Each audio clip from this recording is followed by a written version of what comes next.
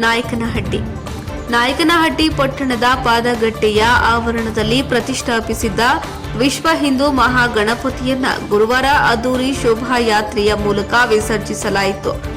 ಪಟ್ಟಣದ ಪಾದಗಟ್ಟೆಯ ಬಳಿ ಸತತ 9ನೇ ವರ್ಷದಿಂದ ಗಣೇಶೋತ್ಸವ ನಡೆಯುತ್ತಿದ್ದು, ಅದಕ್ಕಾಗಿ ಆಯೋಜಕರು 9 ಗಣೇಶನ ಮೂರ್ತಿಗಳನ್ನು ಪ್ರತಿಷ್ಠಾಪಿಸಿದರು. ಅದರಂತೆ 9ನೇ ದಿನಕ್ಕೆ ವಿಸರ್ಜಿಸಲು ತೀರ್ಮಾನಿಸಿ ಗುರುವಾರ ಬೆಳಗಿನಿಂದಲೇ ಪಾದಗಟ್ಟೆಯ ಬಳಿ ನೂರಾರು ಕಾರ್ಯಕರ್ತರು ಗಣೇಶ ವಿಸರ್ಜನೆಗೆ ಸಕಲ ಸಿದ್ಧತೆಯನ್ನ ಕೈಗೊಂಡಿದ್ರು. ಪಟ್ಟಣದ ಪ್ರಮುಖ ಬೀದಿಗಳಲ್ಲಿ ಕೇಸರಿ ಬಾವುಟಗಳು ರಾರಾಜಿಸಿದ್ವು.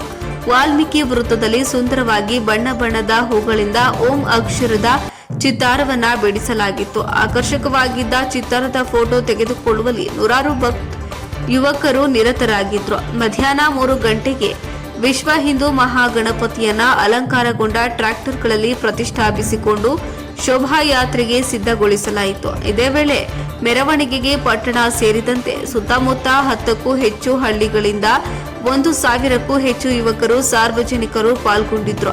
ಮೆರವಣಿಗೆಯು ಪಟ್ಟಣದ ಪಾದಗಟ್ಟೆಯಿಂದ ಆರಂಭಗೊಂಡು ವಾಲ್ಮೀಕಿ ವೃತ್ತಕ್ಕೆ ಆಗಮಿಸಿತು.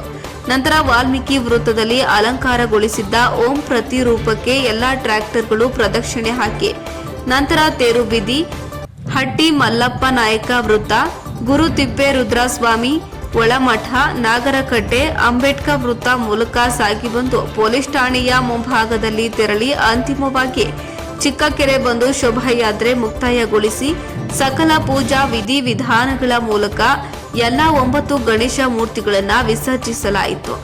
ಬಿಗಿ ಪೊಲೀಸ್ ಬಂದೋಬಸ್ತ್. ಪಟ್ಟಣದಲ್ಲಿ ಈದ್ ಮಿಲಾದ್ ಹಾಗೂ ಶೋಭಾಯಾತ್ರೆ ಗಣಪತಿ ವಿಸರ್ಜನೆಯ ನಿಮಿತ್ತ ಯಾವುದೇ ಅಹಿತಕರ ಘಟನೆಗಳು ನಡೆಯದಂತೆ 2 ಸಿಪಿಐ, 4 ಪಿಎಸ್ಐ, 50ಕ್ಕೂ ಹೆಚ್ಚು ಪೇದೆಗಳು, 50ಕ್ಕೂ ಹೆಚ್ಚು ಹೋಮ್ ಗಾರ್ಡ್ಸ್, 2 ಸಶಸ್ತ್ರ ಮೀಸಲು ಪಡೆ, 1 ಕೆಎಸ್ಆರ್ಪಿ ತುಕಡಿಯನ್ನ ನೇಮಿಸಲಾಗಿತ್ತು.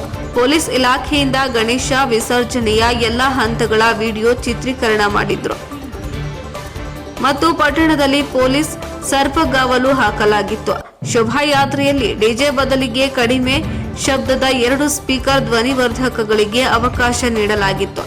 ನಾಸಿಕ್ ಡೋಲುಗಳು, ಜಾನಪದ ವಾದ್ಯಗಳು, ಕೊಂಬೆಗಳ ಕುಣಿತ ಶೋಭಾಯಾತ್ರೆಯ ಮೆರಗನ್ನ ಹೆಚ್ಚಿಸಿತು. ಅಂತಿಮವಾಗಿ ಗುರುತಿಪ್ಪೇರುದ್ರಸ್ವಾಮಿ ಚಿಕ್ಕಕೆರೆಯಲ್ಲಿ ಪಟ್ಟಣ ಪಂಚಾಯಿತಿ ನಿಗದಿಪಡಿಸಿದ್ದ ಸ್ಥಳದಲ್ಲಿ ಗಣೇಶ ವಿಸರ್ಜನೆ ನೆರವೇರಿತು.